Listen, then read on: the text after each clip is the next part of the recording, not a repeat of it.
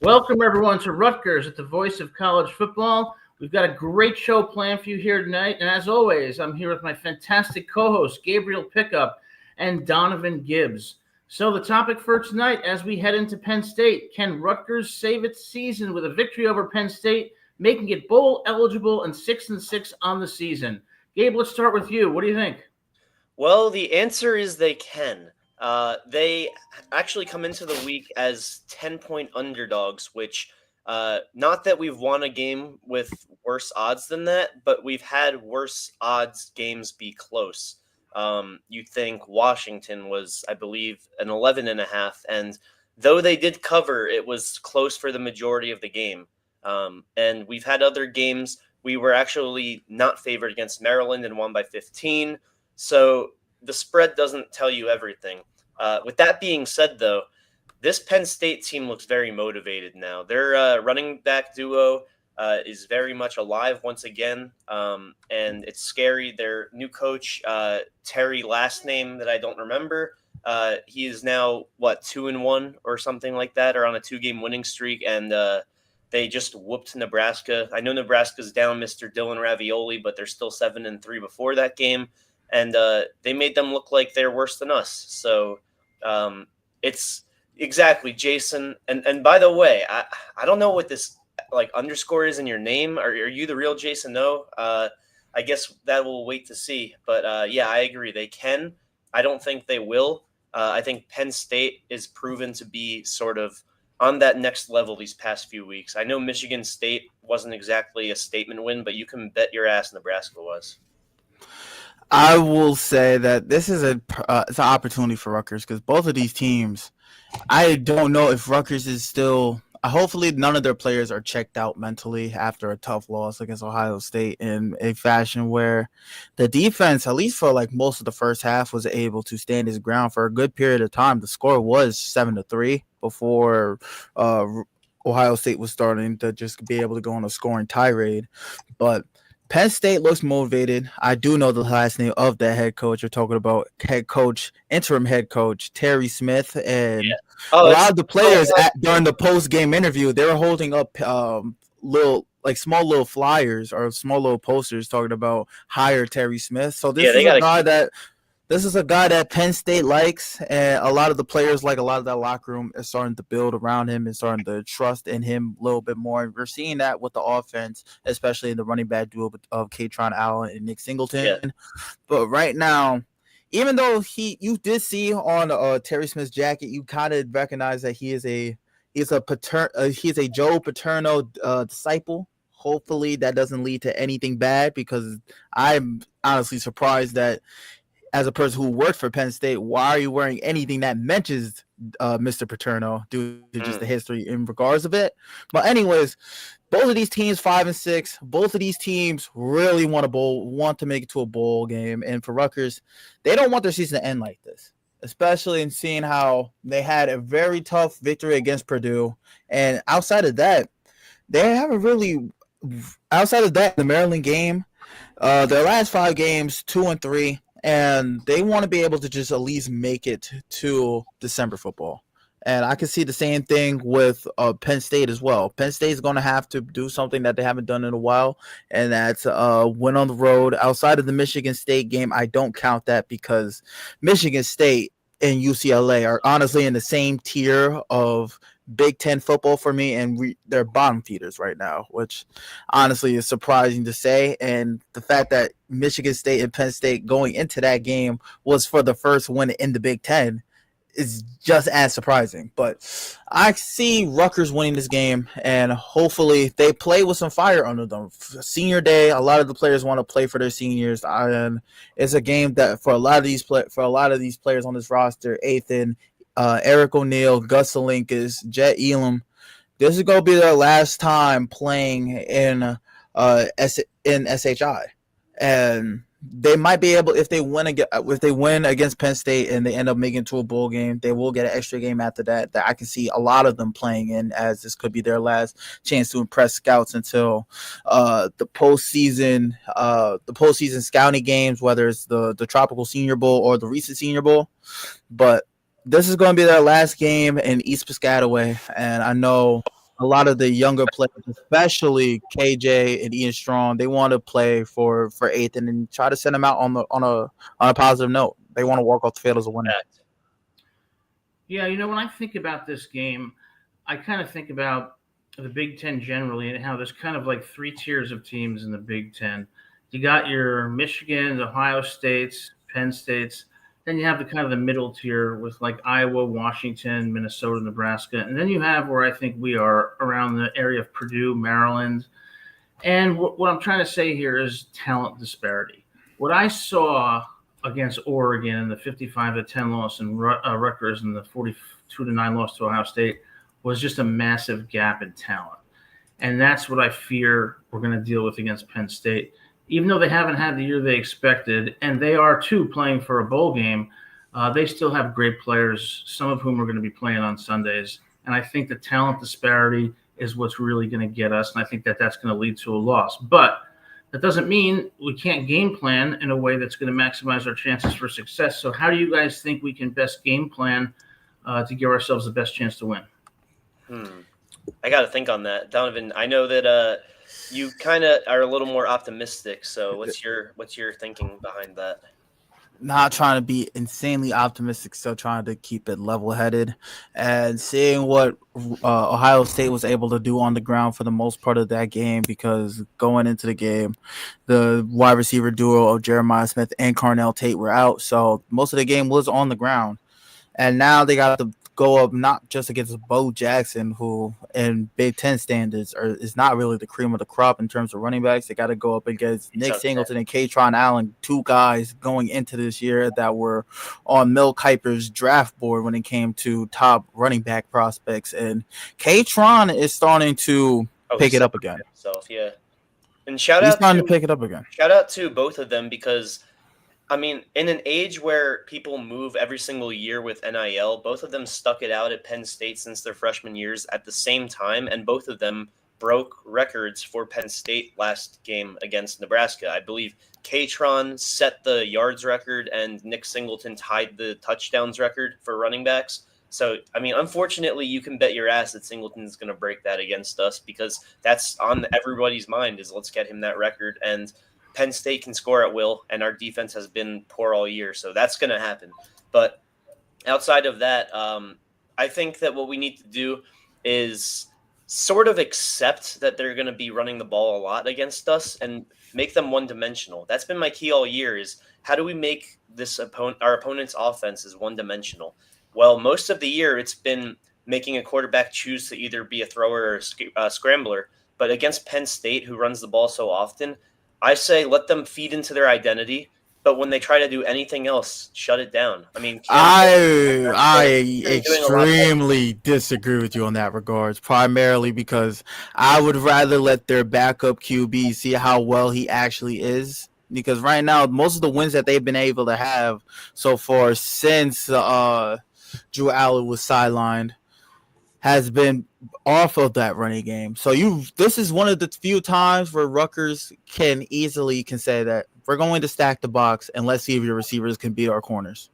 Well, what we did best in the first half against Ohio State was I guess it was sort of slow down the running game, and then we focused a little too much on Julian Sayin, and that opened up the field for their back, specifically Bo Jackson, to take off. So I think that you can't necessarily ignore it, but at the same time, I'm not saying let them get 8-10 yards every time. I'm saying prioritize stopping the pass game because it's the one thing that works so far. Yeah, I completely understand that, but when the way you're describing that is telling me that you don't want Rutgers to really stack the box and have more 5-6 man boxes than potential 7-man boxes. And I've seen it time and time again. When Penn State loses games, especially so far this year, UCLA is a prime example. They beat Penn State by stopping the run. Katron Allen had his worst game that year.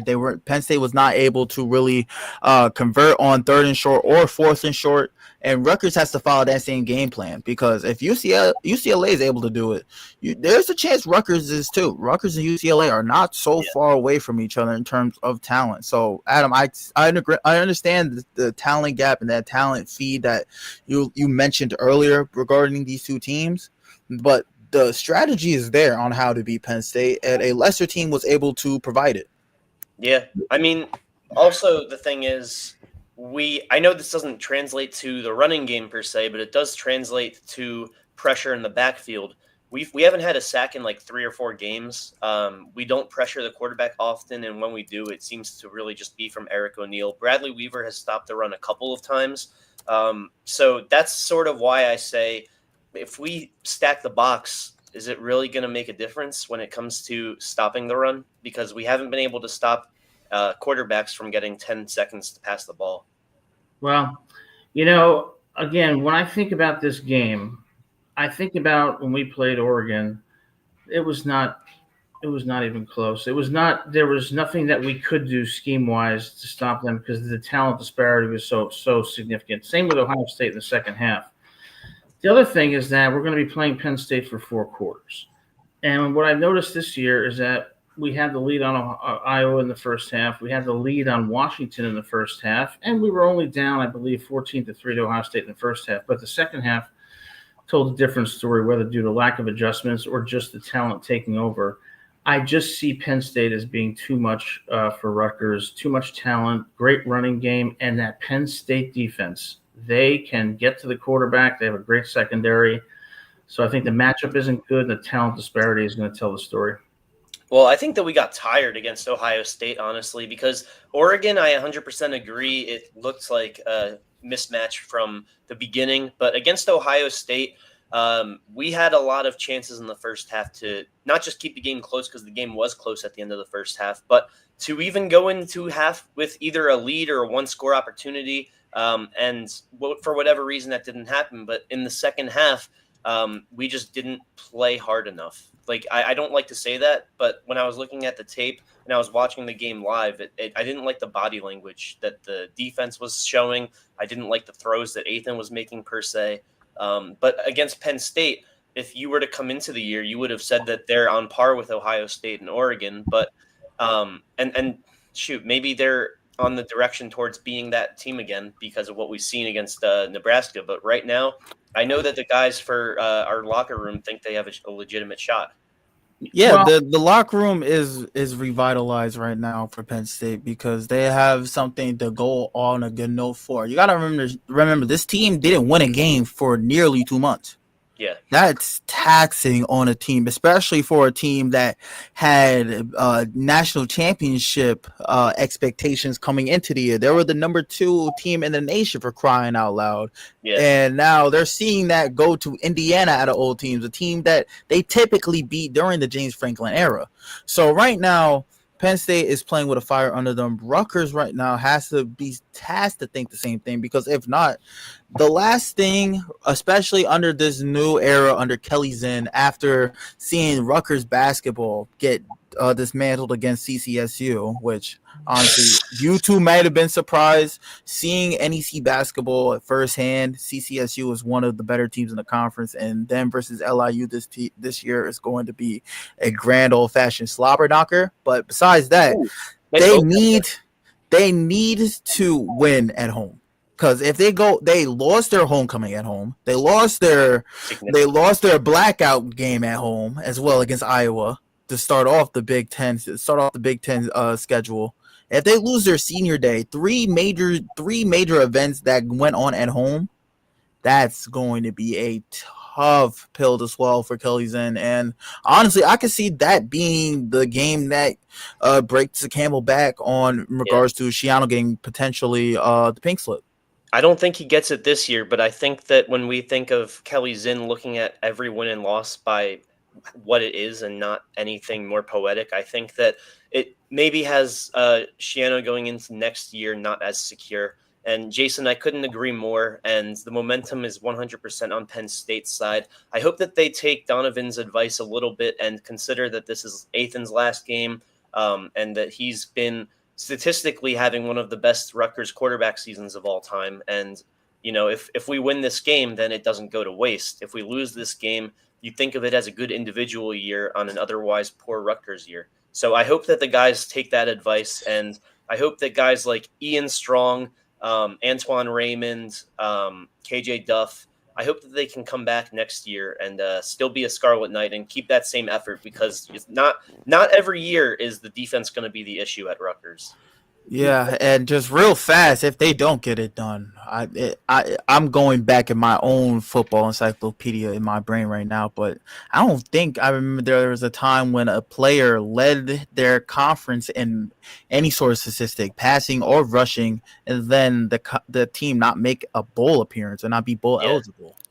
So I'll do some research on that. Ethan's on pace to finish first in passing yards. Antoine was on pace for rushing yards and rushing touchdowns before the game against Ohio State. Ian Strong was on pace at one point before his injury to lead the conference. KJ Duff was on pace to lead the conference before Ian came back. So if we have even 90% of this offense with a little bit more consistency in a year with a defense that you would expect out of Rutgers, which is at least middle tier, then we would be talking about not just a bowl game. That would be a given, an 8-win season or a 9-win season. Yeah, I also think, though, when I look at this game, I wish I could be more optimistic, but I think it comes down to, for me, the fact that we just aren't that good, and Penn State is better because, when Penn State played Oregon, they took them to overtime, and it was a really close game. And I think that was a different team, though. Yeah, it was a different team, but they still have the same players, and I feel like they're rejuvenated, and they're playing for their interim coach, and they're going to come out saying, we want to be in the postseason. And when you look at the talent disparity, Katron Allen and Nick Singleton, I don't see Katron getting less than 120 yards, and same for Nick Singleton. Now, I think it's going to mean a 5-10 season. Is Shannon going to be on the hot seat? Not right now, but I think that if things don't improve next year, and I don't suspect that they will improve substantially, I do think Zinn's going to make a change because Zinn comes from LSU. So does President Tate. They're looking at our loss to Central Connecticut. They're looking at a blowout against Ohio State. This is not the pedigree that they come from. And I do think there's going to be a major, major overhaul in the program that is going to start in the next year or so, because Zinn just came here, so she's not going to rock the boat too much at first, but they come from a national championship pedigree, and they're not going to tolerate this kind of performance out of the program. Adam, Gabe, real fast. Let's just play a game real fast. I like games. Here's the question. Which QB was the last Power 5 or Power 4 quarterback to lead his conference in passing, but his team missed a bowl game? Josh Allen. All right, Adam, what's your pick? Well, actually, you said wow, so it's probably in the 80s. I'm going to go with Warren Moon. That is a very difficult question. I will say Doug Flutie. It was Patrick Mahomes in 2016 at Texas Tech. I was kind of close with my I was like, oh my God. Are we saying Ethan is the next Patrick Mahomes? That's cool. Where'd Doug Flutie come from? That is... No, you know why I said that? That is company to be a part of. I thought that Donovan's gasp was because of how long ago it was, not because of who it was. I was gasping because of who it was. I'm not. I didn't think the Texas Tech teams were that bad back then. But I remember he set every freaking record in a single game for Texas Tech. Didn't he throw for 700 or 800 yards, get 9 touchdowns or something in a single game? Oh yeah, against TCU. I remember that game. Yeah, now that's half the quarterback records for single game. And it's funny because at the time you wouldn't have expected it either because of, like you said, the team was not great. But yeah, I wouldn't have even thought of Mahomes. I would have thought that, because he's such a winner in the NFL, that he was winning a little bit more in college too.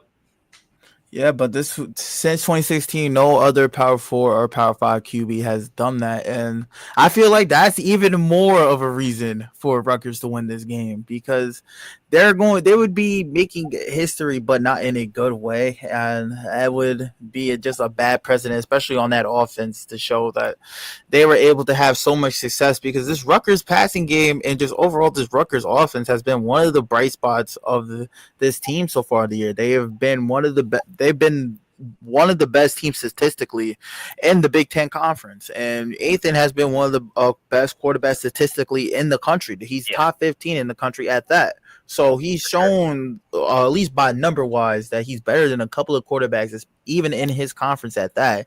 That this team should be on a way different trajectory than they are now. So they have to finish strong, because if not, that 5-7 record just puts a huge blemish on what was an offensive successful year. Well, let me ask you, because we said this about a month ago, but after watching Rutgers versus Ohio State, do you still think that if you put Ethan on Ohio State this year, that they're a better passing team this year? No. I don't really see the difference, because to be completely honest with you, Ohio State is 10-0 because of their defense more than they are because of their offense. Sure. But I would say their offense would be more fluent, even though I would say, yeah. It's a hard question, because Ethan has, throughout certain moments, has played better than Julian Sane, but to the weapons that he's had, give Ethan Killicomanis, Carnell Tate, or Jeremiah Smith. I can honestly see him throwing for 6,000 yards. Okay, Jeremiah Smith, league of his own. But to me, Ian Strong and KJ Duff are on that same tier talent-wise as Carnell. Yeah, that's why it's a hard question. So I truly see Ohio State still being in the same situation, but I can just see it. I would say the offensive numbers would be higher. I think the offensive numbers would be higher, but I think they lose a game or two, because what Ethan does that Sayan doesn't do is he throws mistake balls, and that would mean that a defense that allows 7.5 would suddenly allow maybe 9 or 10.5 just from a pick six or good field position. Oh yeah, 100%. That Ethan would have given them some troubles against Washington, because seeing what Julian Sane was doing for the first half against that team as well. That team was, out of all the teams that played good defensively against Ohio State, it's really just been Texas and Washington. Yeah, Texas, I don't think Ethan would win that game, even with the 7. I think that he might match it. Although that is tough to say, because Texas's defense has been a little stagnant too. So it's to start off the year they were strong. Strong. They faced a couple of injuries, and just Anthony Hill is having a down year compared to what he was last year. Yeah. You know, I hate to be I always seem to be the negative one, but you know, if you look at Ethan, he's had a good year. But if you look at his stats against Oregon and Ohio State, they tell a very similar story. I think he was 8 of 20 against Oregon and maybe 11 of 21 or something like that against Ohio State. And would he do well on Ohio State? Sure, but I don't believe he's in the same league as Julian Sand. And I don't think that Ian or KJ are in the same league as Tate and Jeremiah Smith. I mean, they could not get any separation. Not Smith. Definitely not Smith. They couldn't. Smith is in a different league, but right now, I think they didn't really get a lot of separation. Yeah, and I think ultimately, where does Rutgers need to start if they're going to build a really credible program in the Big Ten? I think they need to start with a really, really great NIL. They need to be competitive money-wise. And so for Zinn, I think it starts with the money and being able to recruit players that can compete on that level, and they haven't really had that benefit in the last few years. So I would start, if I was Zinn, with the money. The second thing I would do is, you know, you got to look at the wins and losses and the trajectory of the program. And I just believe that the more things change, the better things are going to get. And I think that Shiano's last year is going to be next year. And again, I respect him and think he's wonderful, but I think his time at Rutgers has passed, and I think that we need a fresh new start under our new AD, and it starts with the money and it starts with a personnel change. I just want to ask y'all two real fast this question as well. That how much of an implication will this game have on recruiting, especially with how a lot of the recruits for Penn State did open up their commitment again after James Franklin being fired? Do you think Rutgers has a chance at those people if they lose, or if, let's say, Rutgers wins, does that honestly flip the tide, especially in the tri-state area and the Philly area, on where recruits would want to go to if they It's don't want big to in go too far from Pennsylvania. home? It's big in Pennsylvania because Rutgers got 2 of the top 10 PA recruits, and Penn State got 4 of the 10. So it's huge in Pennsylvania. And I bet you a lot of those players that decommitted from Penn State because they panic decommitted after they fired Franklin are starting to regret it. And I was going to bring this point up earlier, but maybe instead of decommitting as soon as the coach that recruits you gets fired or leaves, maybe wait to see who they get, wait to see how they do, because Penn State didn't look great at first, but once they got some more stability and they gave Terry Smith the reins for at least this year, suddenly they look like a new ball club. And I hate to say it, but Penn State as a team is likable again in the eyes of college football. They weren't very likable to start the year. People weren't huge fans of Drew Aller. Before Franklin got fired, a lot of people didn't like James Franklin. And then suddenly, as soon as James Franklin gets fired, everybody acts like they made a huge mistake. Now, I think they made a mistake too, but I'm also not afraid to call out the BS that I've seen from college football fans. But when it comes to this game, yeah, it's huge because players right now they're still going to choose Penn State over Rutgers if they get the same offer from both universities. But if we win this game, then instead of going like this, let's say, okay, here's 2 empty bottles. Let's say I get an offer from Penn State, I get an offer from Rutgers, and I go, oh, okay, I'll go Penn State. Suddenly it's like, and maybe they'll choose Rutgers after all, because James Franklin was 12-0 against us.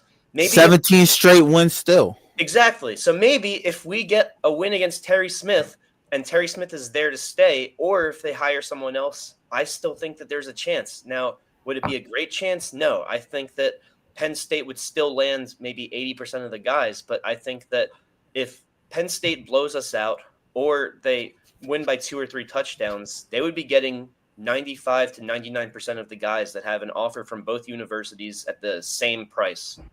Well, yeah, and I think that recruits need to believe that Rutgers can compete with the very good teams in the Big Ten.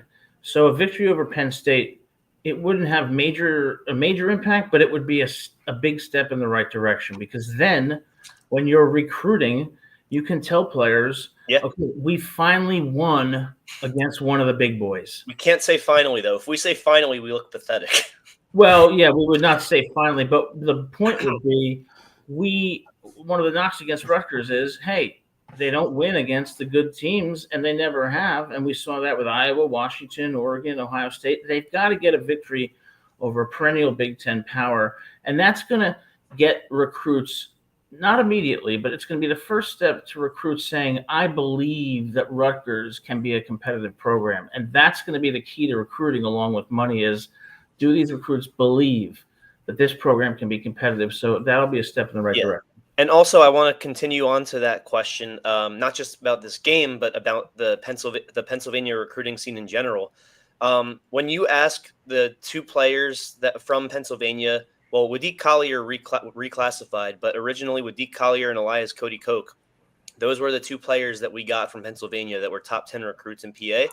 And their friends are going to ask them, how do you like Rutgers? And if you're a real friend, you can tell when someone's lying. So are Wadiq and Cody Koch going to be saying they like Rutgers and mean it, or are they going to be saying it because it's like the politically correct thing to say?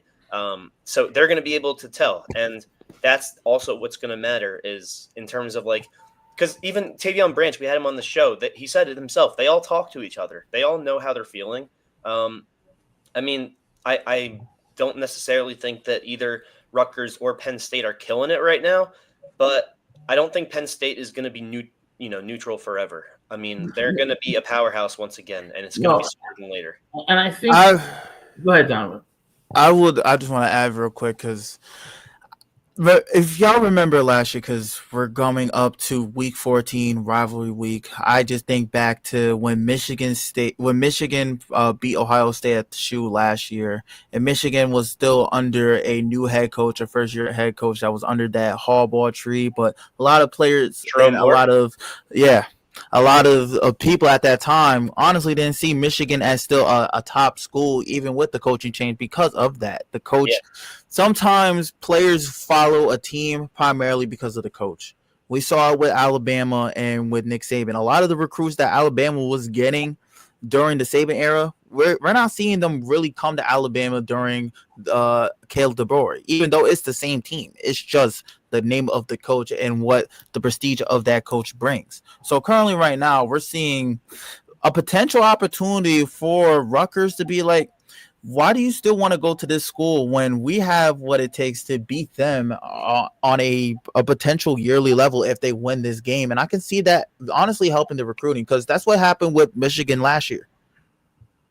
Yeah, I think that's a good point. I mean, look, in my view, a championship culture around a football program is about the recruits, it's about the players, the coaches, it's also about the fans. And I think one of the things is that everyone has to start believing that Rutgers can be a type of program that is going to be successful in the Big Ten and be able to compete with Michigan and Ohio State. So how do we get there? We've got to win against one of the perennial powers. So this is an opportunity for us. It is the biggest game of the season.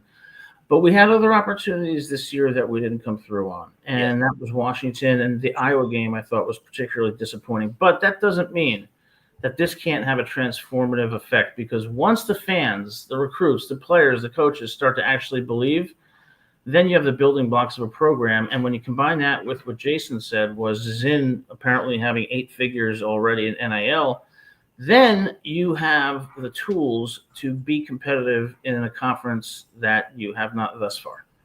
Yeah, and I mean, we've talked about the 2 home heartbreaks of Iowa and Oregon, and those were each at the time the record for a Rutgers home game attendance. And we sent those fans home heartbroken after the Iowa game and miserable after the Oregon game. So this is like the last shot. I think this is going to also be a record attendance. I think it's going to break the Oregon record.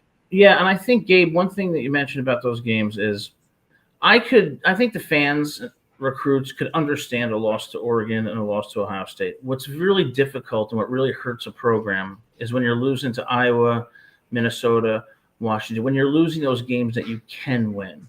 And that's, I think, what's really hurt Rutgers, is they're not only losing to the teams they should lose to, but in those games where they could win, they're just not being successful. So, yeah, this Penn State game, I think, has a lot of symbolic value to it. And when I think about it, I don't know how we stop their backs and how we're going to be successful on offense in the face of a very aggressive Penn State defense. When you look at the year, I mean, we're 5-6 right now. I think that the 5 games we won are the 5 games I would have predicted us being a lock for a win coming into the year. So at the very least, we went 5-0 in the games that we should have won, but we also went 0-6 in the games that we weren't the favorites in. And, well, no, that's not true, because technically Maryland was like a 0.5 favorite. But more importantly, we were 0-4 in the gimme games. That's what hurt us. We're 5-6 right now. What we should be is we should have wins over Minnesota. Yes. And Iowa. And Iowa. Yes. Yeah, Iowa and Minnesota. But on the other hand, you can say we could have lost to Purdue, could have lost to Ohio. So it's tough to play that game, you know? Yeah, and I will say the games that you have predicted coming in, the only 2 teams that I didn't really see Rutgers having a chance against to start off the year was Oregon and Ohio State. I did see them beating Washington. I said that on the show that they could beat Washington, because up to that point, DeMar Williams didn't really have a showing, and he was coming off of a game where Maryland basically had it in the bag until they recognized that it wasn't September anymore and Maryland started to become Maryland football again. But I genuinely thought that they were going to be able to beat some of those mid-tier teams in the conference, the Washingtons, the Iowas, and the Minnesotas of the world, the perennial 7-win, 8-win teams. I genuinely thought that they could beat Minnesota, and they were just a bad snap away from beating Minnesota. They had a lead in that game, and it's just one of the things that Rutgers going into this all season, Rutgers is going to look at how can they get players and just build a culture around finishing? Because this team just needs to learn how to finish games, and that shows up in their program right now. They are able to get to 6 wins, but if they're able to build a culture around being able to finish strong in the fourth or win the middle eight, they'll be in a situation where they could be an 8 and 9 win team, because that's what 8 and 9 win teams do. Yeah, I think also, in all fairness to Ethan, I think that he's done some really good things this year, and I don't think you can really criticize Ethan for a less than stellar performance against Ohio State and Oregon, because he didn't have the people around him that enabled him to be successful. So in some ways, it's hard to know how good Ethan really is. The only game, sorry, keep going. Go ahead. The only game that I criticize him is Illinois. He did not look good against Illinois, and Illinois is one of the worst defenses in the Big Ten. I believe we were the only defense worse at the time, and Ethan had similar stats against them as he did against Ohio State, which should not have happened. Outside of that, Ohio State and Oregon, two of the best defenses in the country. Ohio State, one of the best defenses in college football history.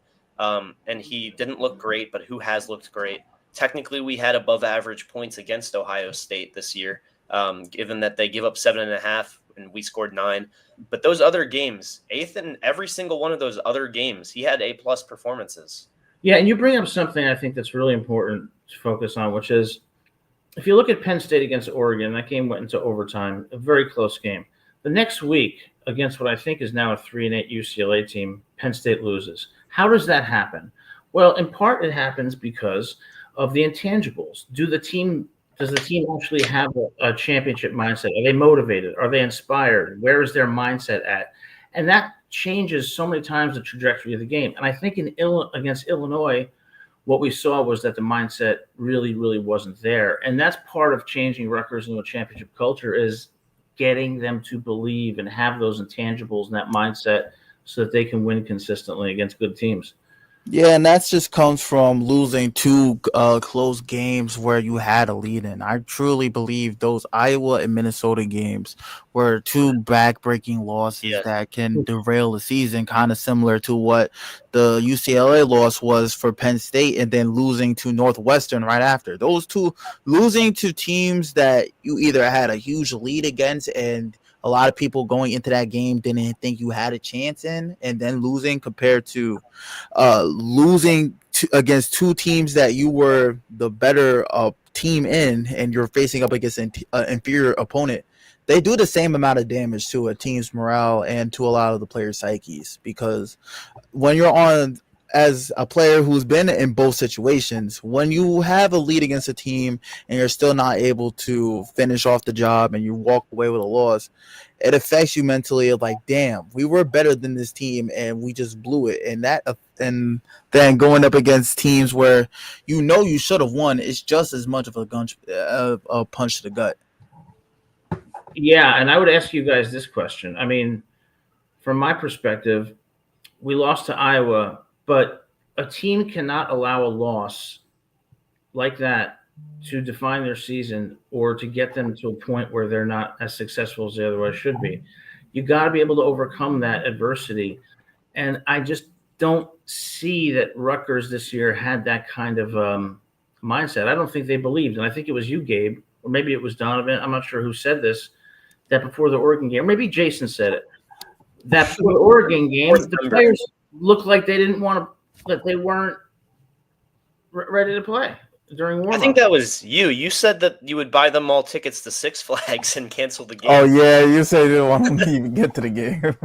Well, I mean, either they go to Six Flags or they lose 55-10. You choose. They either go to Six Flags or lose by 6 scores. Yeah. Let me ask you this. Okay, this isn't going to take up the whole show or anything, but last week, Donovan and I did our end-of-season superlatives. So I'm not going to do the class of the year because that would require you to do a little bit of research. But who's your offensive player of the year, defensive player of the year, player that surprised you most, and I guess MVP? Are you asking me? I am. Oh, okay. So offensive player of the year for me is Antoine Raymond. went over 1,000 yards. Ethan, very close second. Defensive player of the year, I really can't pick one. I don't think Fair enough. if I had to pick one, I would probably say Eric O'Neal because of the improvement he's shown.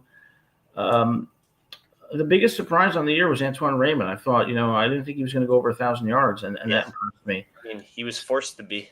Yeah, and I think Antoine Raymond, in my view, gets the MVP of the year. So 3 of the 4 awards. Damn. Okay. Yeah. I think Donovan and I both had 8th in MVP. He had, I believe, Ian Strong Offensive Player of the Year. I think I had KJ Duff. Yeah, KJ. Defense, I had Bo Masco, and you had Daryl Jabone. No, I had Jet Elam. Oh, Jet Elad, yeah. And I had Daryl Jabone for Junior of the Year. Oh, that's right. Certainly, KJ is a close second. I mean, those are great choices, and certainly reasonable people could disagree. But I thought Antoine played with a lot of aggressiveness this year. He reminded me a little bit of a kind of a Kyle Monangai type of running back. And to go over 1,000 yards with an offensive line that was, I would say, mediocre in the Big Ten was impressive. Yeah, I would say going over 1,000 yards when you started off the year as running back 2. Yeah. Yeah. Yeah. I think that, Jason, it's for surprise of the year. All 3 of us went Antoine Raymond, but Raymond and Duff are the only 2 guys. We know that Ian Strong was going to have numbers this year, and he did surprise us with those numbers, but it wasn't categorically the same leap that Raymond and Duff had. I would say as well, just Raymond was able to step up. Duff, we already knew, especially after the Tax Slayer Bowl going into the year, that he was going to have a bigger role in this offense. So it wasn't as unexpected for me as it could have been for you both, Gabe and Adam.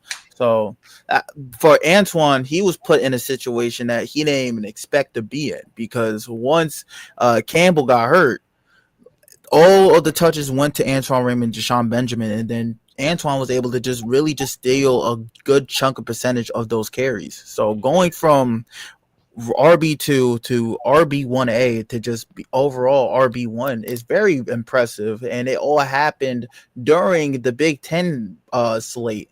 This wasn't something that happened during the out of conference games. This all really much just happened so recently. Yeah, I mean, it's funny, we went over the college football 26 grades or ratings, and we all knew that KJ Duff wasn't a 76 overall. That's what he was coming into the year. I think it was DT 88, Ian 83, KJ 76. I guess you could probably flip DT and Ian, but KJ should not have been. That was never an option after that bowl game. Yeah, KJ being a 76 is a reason why people would choose Rutgers and say that it's okay that they're spamming one player because the player isn't as highly rated. Yeah. I would say in Madden terms, KJ Duff 76 rating is like what Dree Archer's rating was in like Madden 16 when he was like a 75 overall but had like 95 speed. The Khalif Raymonds of the world. So exactly. Let me ask you guys this: Do KJ and Ian? KJ's do they return next year? Do they transfer? Or do they go into the draft? That's why this game is major as well. I truly believe that if this team isn't able to become bowl eligible and their season ends this Saturday, a lot of players on that team that did really good as an underclassman, Antoine Raymond, KJ Duff, Ian Strong, I can see them hitting the portal because they have nothing else to really do at this team, and they are most likely going to be the top targets from this Rutgers school, especially just Big Ten talent in general, and that hit the portal this all season. Well, I think that Antoine Raymond, out of those 3, is the more likely to come back because of the established history of the run game with Rutgers under Schiano, and I do believe Schiano's coming back too, at least for next year. I don't know about following that. I would say that with Ian Strong, if he doesn't declare, which after how he played against Oregon and Ohio State, I don't expect him to declare, dare I say that he might feel it with another bad performance, the D word, disgruntled with this Rutgers offense. And maybe that would not force him, but make him decide to enter the portal. I don't think he declares. I think he either enters the portal or stays. And to me, KJ Duff is his own guy, obviously. but I think that very much impacts what KJ decides to do with this team next year. I think that KJ would 100% stay if Ian Strong stays. If Ian Strong leaves, it would take a convincing for KJ, hey, you're number one, you're wide receiver one, you're offensive player one, and we want you to come back. Now, in the scenario that Raymond does leave, I don't think that I'm comfortable with Jashawn Benjamin being RB1, and I don't, as good as I think Michael Dukes could be, I don't think he would be RB1 as a freshman. I would be very comfortable with Dukes as RB2 as a freshman, honestly. But we would need to get another running back in the portal if Raymond were to leave. Yeah. I feel more confident in KJ or Ian staying more than I do feel Antoine Raymond, and it's primarily because of this reason. After the season that Raymond has had, and he's most likely going to finish off the year if he has a good game against Penn State, a 1,200-yard running back or a 1,100-yard running back. I don't see him after this season being able to just go into spring ball or going into next year's camp and having to still be in a position battle for that running back one spot with CJ Campbell. Having CJ Campbell coming back into the play, Shiano most likely is going to try to start CJ because him and the rest of that staff wants to see what he was capable of. What you saw in game 1 against Ohio and what in game 2 against Miami of Ohio, they want to be able to see if they were able to get that production throughout their Big Ten schedule. The thing is, Raymond was still the better running back in that small sample size. Yeah. So do you see Antoine's coming back into next year having that RB1 spot solidified? I would think that in order to keep him, that's what it would take. And I think that they would say, yes, unless you have some drastic fall off, you are RB1.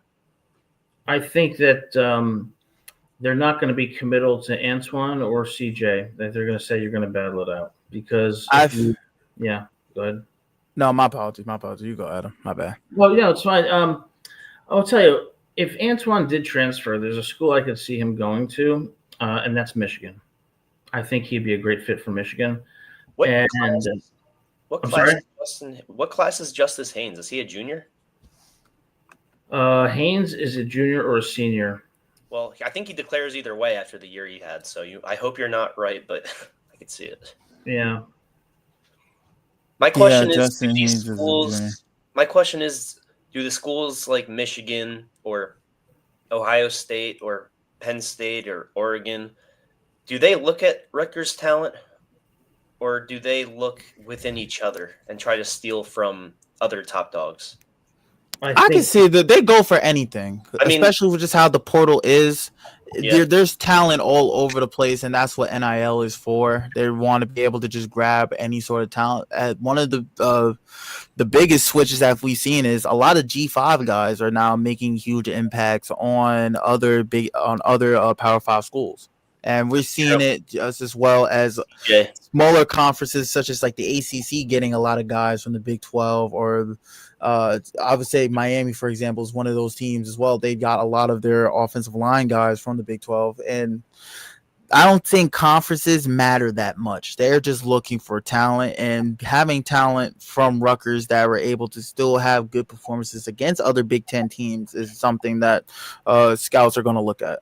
I'll never forgive Miami for stealing Motoré from us, man. I was just going to say that because when I think of Ian Strong, KJ, particularly KJ, I could see him playing for Lane Kiffin because he's got the size and he could really be explosive in an offense like that. The only thing about Ian and KJ I don't know is their 40 times.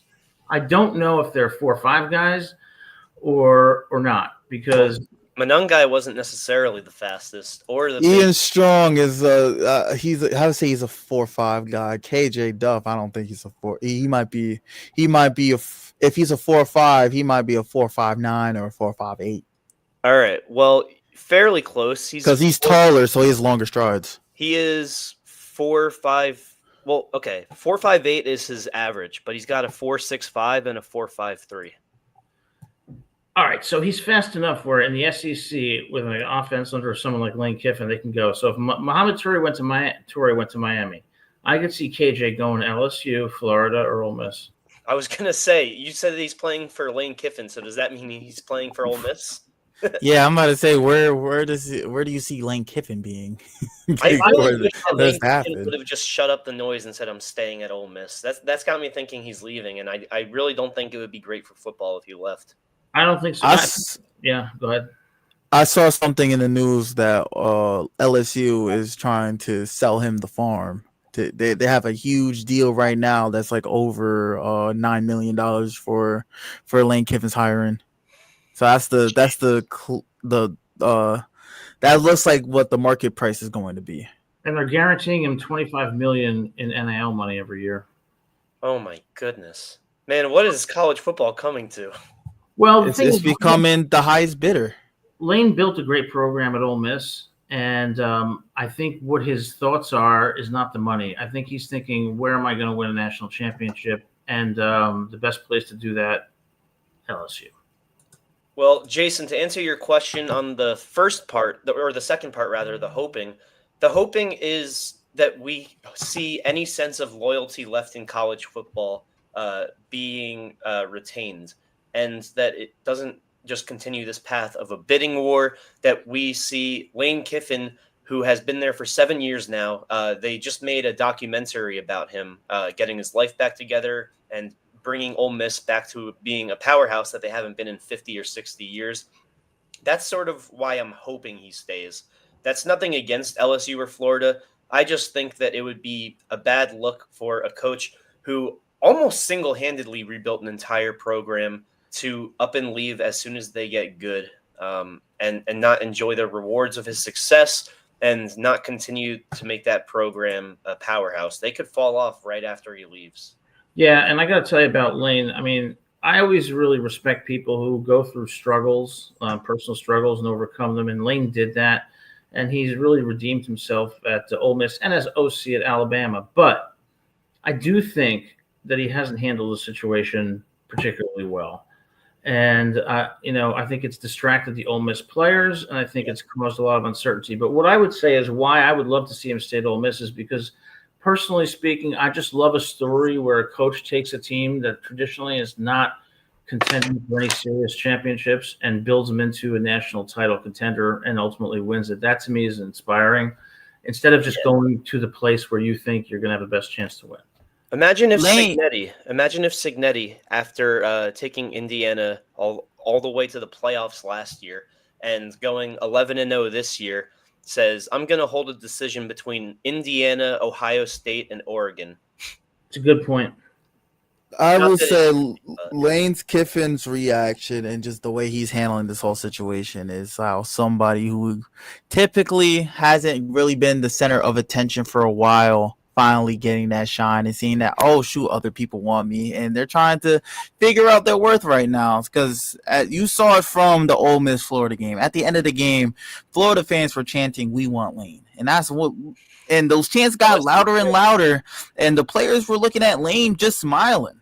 He wasn't trying to look at the guys and tell them, "No, I want to stay here." It's kind of different than what, for example, I think Dan Lanning said it, of just like how his coach, I believe, no, it wasn't Dan Lanning, it was Brett Key, when he was getting asked about will he leave Georgia Tech after the season, and he said, "I bleed gold and white or gold and blue," and we haven't seen that from Lane Kiffin. I honestly believe if he wants to be on a national championship contender, he should stay at Ole Miss because they have the quarterback to do it in Trinidad Chambliss. He has shown time and time again throughout this year that he's been able to win in these type of games, and he was one of the few players against Georgia that actually keep them in that game and keep that game very close. They were able to beat an Oklahoma team and put 38 points on an Oklahoma team that really shut down Alabama just last week.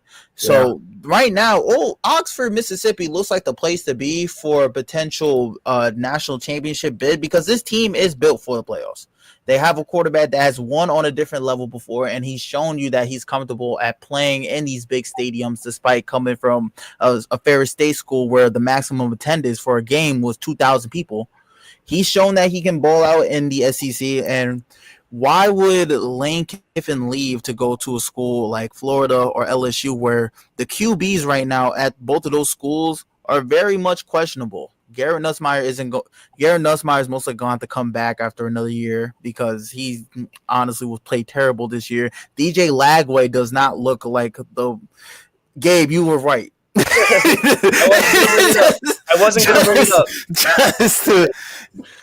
Just to give you your credit where credit is due, you were definitely right about who was a better quarterback this year, Ethan Killer Commanders or DJ Lagway, because I know Florida would happily have Ethan more than DJ Lagway right now. I did my victory laps, man. I was going to hide behind that. Trinidad Chambliss is a better quarterback than DJ Lagway, and if anybody from Voice of College Football SEC wants to argue with me about that, because they were arguing with me about how Texas is it a better school than Vanderbilt, when I saw Vanderbilt would never lose to Florida, and we just saw Texas get demolished by a Georgia team that I truly believe Vanderbilt would have put a fight up against as well, but that's a different story for another day. The place to be right now is Oxford, Mississippi. Why would you leave and have a quarterback there for the future that wants to stay there in an offense that's honestly one of the better offenses in the CFP? And you're in a conference right now where Texas A&M out of old schools is the best school. So it's wide open in the SEC. Well, we did take DT Sheffield, not from Ole Miss, but from the Mississippi area where he resided. I know that he was at North Texas. But Jason, man, what's going on with your Ole Miss hatred? You're shocked by our sympathy. I'm shocked by your hatred. Yeah, there's some personal animus there. And also, when it comes to Lane Kiffin, I absolutely respect the come up, and I hope that whatever decision he makes is best for him, his family, and that every party involved isn't bitter about it. But I do have to throw in another D word. Is he becoming a diva with this decision? Yes. I honestly believe that Lane Kiffin has a very, very difficult time making decisions like this, and I think he's still undecided and torn. You think he's still undecided on Monday, November 24th? Yeah. He's enjoying the ride right now, and he's going to have to figure it out sooner or later because just by next week, we're going to get the college football playoff rankings. I liked how they were able to I would say postpone them to December 1st so they can get the Army-Navy game in because Navy still has an outside chance of getting into the CFP if they're able to win the American and then beat Army. But he's got to make a decision real fast because Ole Miss is trying to make a run for a championship and it's open. It's wide open. There is no legitimate team right now in the CFP outside of Ohio State.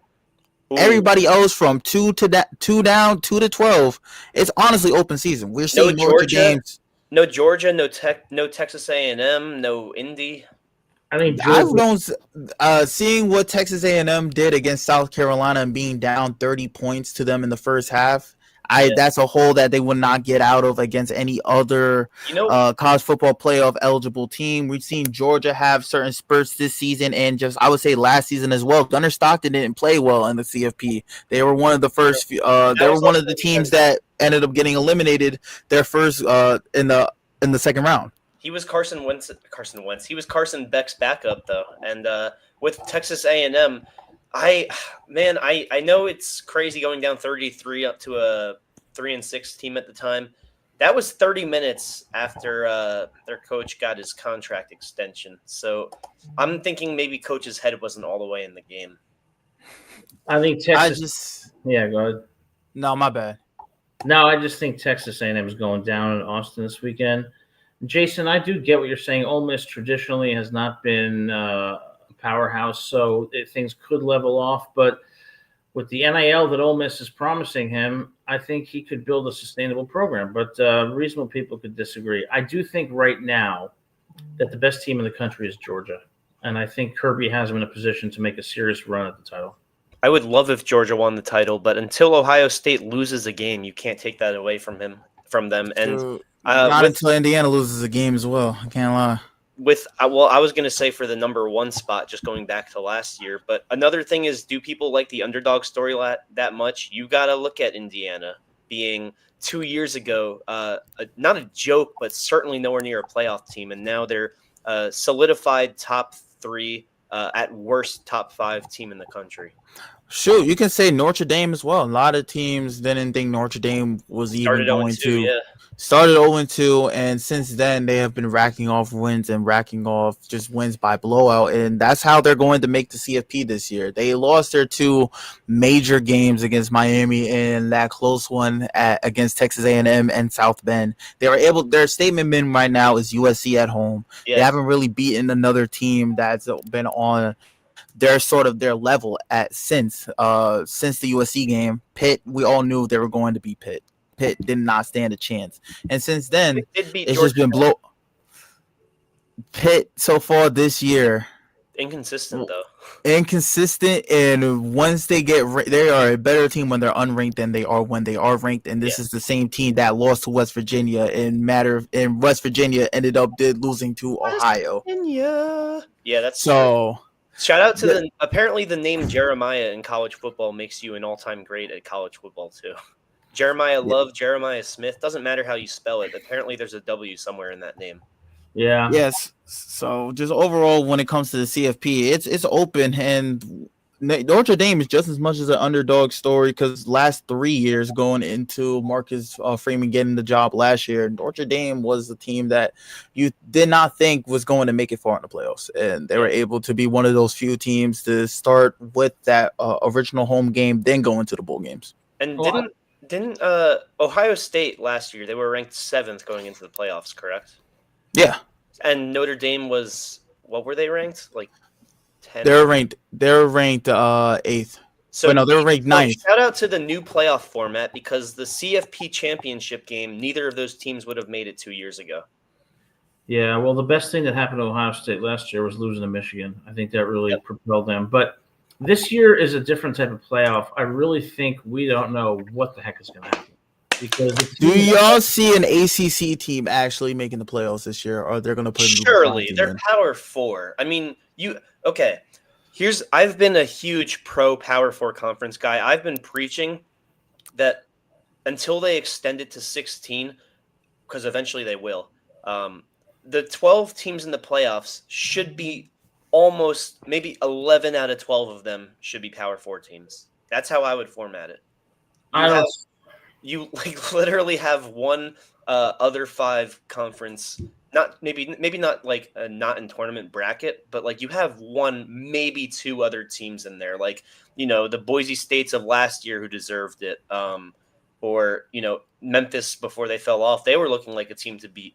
But Cincinnati in 2020, obviously Notre Dame because they're independent / formerly Pac. I don't see how you can have a group of 5 team in the playoff. I even have issues with it being 12 teams. I think that teams like 8 through 12 have very little chance. And like the Boise State last year, North Texas. Well, but who was in it in the semifinals? It was Notre Dame, Penn State. It was Ohio State, and I forget who else. Oregon. Oregon. I mean, but as far as Jason's comment about Notre Dame. It's funny with Notre Dame because they've had a great year. They're a very legitimate team, and they deserve to be in the playoff. And those academic limitations are interesting because I don't understand why Notre Dame would have such higher academic standards for their players who constitute less than probably 0.5% of the student body. Why they do that? I would relax the academic standards for the football players and for other athletes because you're going to get better players that way. So I've never understood that about Notre Dame. I feel like they do that because they start giving that leeway to the athletes. People that are just applying to the school are going to be like, you're giving this to them, but not us. And that's going to lead to a big can of worms that the school does not want to open up. But donors. I do want to mention just how having group of 5 teams in the playoffs isn't a bad thing. We saw Boise State last year, and if you want to add any sort of Big 12 school, because a lot of people were just saying Big 12 didn't deserve to be in with Arizona State getting in. Boise State, for the most part, they were able to earn their way in. They had one of the best running backs in the country in Ashton Jenney last year. Same thing with Arizona State. But we can keep on going back. 2020 Cincinnati deserved to be in it, and for I would say a quarter and a half of that game against Alabama, they were able to keep things a little bit close. And you can go back to 2016 UCF that were portraying that they deserved to be in that game. And I completely believe that if that UCF team didn't go undefeated, we don't get to a situation of a 12-team playoffs. But the G5 team has to be worth it. Tulane has not showed anybody that they deserve to be in the playoffs. JMU does not deserve to show anybody, hasn't showed a reason to be in the playoffs. The only team that actually had a strong enough resume, if they finished out the year strong, was USF. Outside of that, nobody else has earned the right to be even considered by the committee. But seeing how they're trying to forcibly insert a group of 5 team in, that's where the issue is going to come, because right now, if you look at the ACC, you're either going to see Virginia in the playoffs or Miami in the playoffs. They're not going to give in the winner and then the runner-up like last year with Clemson and SMU. The conference right now is too abysmal, and teams keep on losing to each other regularly, despite SMU and Penn and Pitt being in and out of the top 25 rankings. Because you can kind of say the same thing about the Big 12 as well. And we already know the only Big 12 school that's going to get in is Texas Tech. I don't think BYU has a chance unless they're able to get to the championship game. And that's a long shot currently as we speak right now. And I will say if Navy gets in, that's literally the only group of 5 team right now that you can even consider giving a chance to get in, because outside of the blowout loss to Notre Dame, they played up against USF and they were able to beat USF. And right now they look like they're potentially going to win the American, and they're the only team out of all the G5 schools that actually deserve a bid in, but you can't put them in and potentially keep out the champion of the ACC out. Because right now, it's looking like that 11 spot is most likely going to get taken by either an SEC school or a Big Ten school. The SEC school, potentially. You got to have one team at least from the Power 4 conferences, and I mean all 4 of them. But when I'm thinking about G5 programs, my team so far, my best team would be North Texas, who outside of one catastrophic loss to South Florida where they gave up 63 but still scored 36, that offense has been ridiculous. And Drew Mestemaker has been one of the best quarterbacks in college football. Very forgotten about season because of all the Heisman noise in the Big Ten quarterback scheme or with Marcel Reed. But to me, North Texas is the team to beat in that G5 ranking. Beware of Texas Tech. Well, yeah, for sure. Paid mercenaries. They look like the Ohio team of last year, just without the offensive talent. But defensively, they do look. That's NIL being used right. Yeah.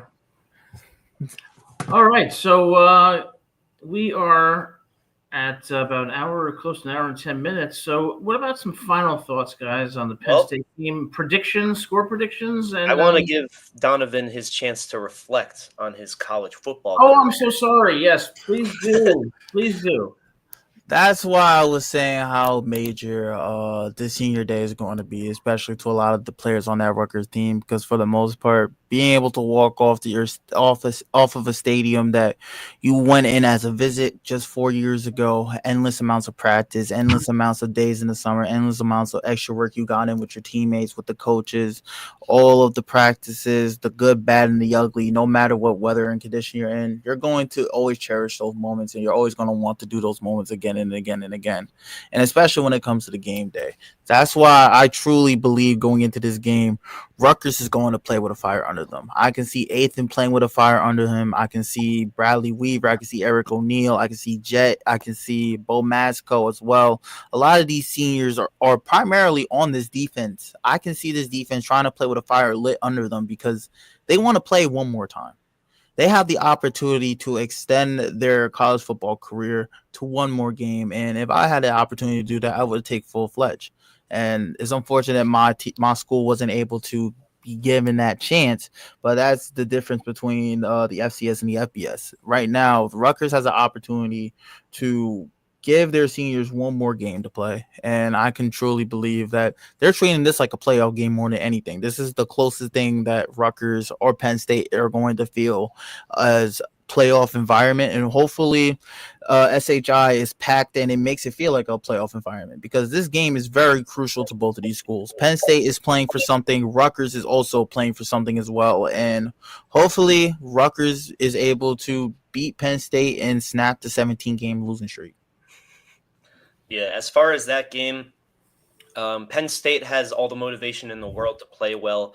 I think after a high effort ass whooping by Ohio State, I think we need to find motivation to play well, and I believe we will. All the reasons that Donovan listed should be taken to heart by Rutgers. I'm sure that some players will see that. Also with the connections Donovan has to some of the players, I'm sure that will be said anyways. And look, if you are a Rutgers Scarlet Knight, what does your legacy come down to? Do you want to play individually well in a forgotten year? Or do you want to be a part of something where there's still a chance to play for a bowl game? The year is not over, but the year could be over in 5 days from now. So with that being said, it's Penn State. It's not necessarily Michigan State or Purdue, but it's not Ohio State or Oregon. It's one of those Washington teams. It's one of those Illinois teams. It's one of those Minnesota teams. It's one of those Iowa teams. We're 0-4 in those games, but those are the games that you have to win to be taken seriously. So let's, in our final chance against one of those teams, take the mother effing win and get into a bowl game. Yeah, good comments. And first I want to wish a happy Thanksgiving to everyone. One of the great holidays of the year. So everyone who's watching, hope you have a wonderful day with friends and family. Right, there we go. I'm really happy to look forward to this game, in part because I am actually going to be at the game this Saturday to watch the final game of the season. Looking forward to it. Ultimately, I think for Rutgers, the key is, what did we learn from this season, and can we take the adversity that we faced and build on it to learn from these failures and have positive developments from them. I think they're going to play hard against Penn State, play with a lot of heart, and they're going to play in a way the fans can be proud of them. But ultimately, I think Penn State comes out with a 34-20 victory. Hey, don't listen to him. Don't listen to him. Once again, go Scarlet Knights. I just hope they're able to. A lot of these players want to walk off that field for one last time as a winner, and hopefully they want to. And they really, I feel like the mantra of this practice this week. I hope they were able to instill that Monday during game prep, beginning of the week for game prep. That how badly do you want to make it to December? I truly believe that that's going to be something that's said between all the leaders at all of the position groups on this team, and hopefully it's heard by the younger guys, because right now a lot of these older guys, a lot of these seniors, a lot of these juniors as well, this might be a good chunk of this team's last time playing at SHI, whether it's by graduation, declaring for the draft, or hitting the portal next season. But right now the focus should be, let's not pack it in yet. Let's try to make it to December. Absolutely. And you know what, guys? Last thing, in the spirit of Thanksgiving, before we end the show, why don't we all say one thing we will be thankful for on this Thanksgiving? I am thankful to have the opportunity to celebrate another Thanksgiving, because life is too fragile, and you never know when it can be taken away from you. You never know when it can be extended.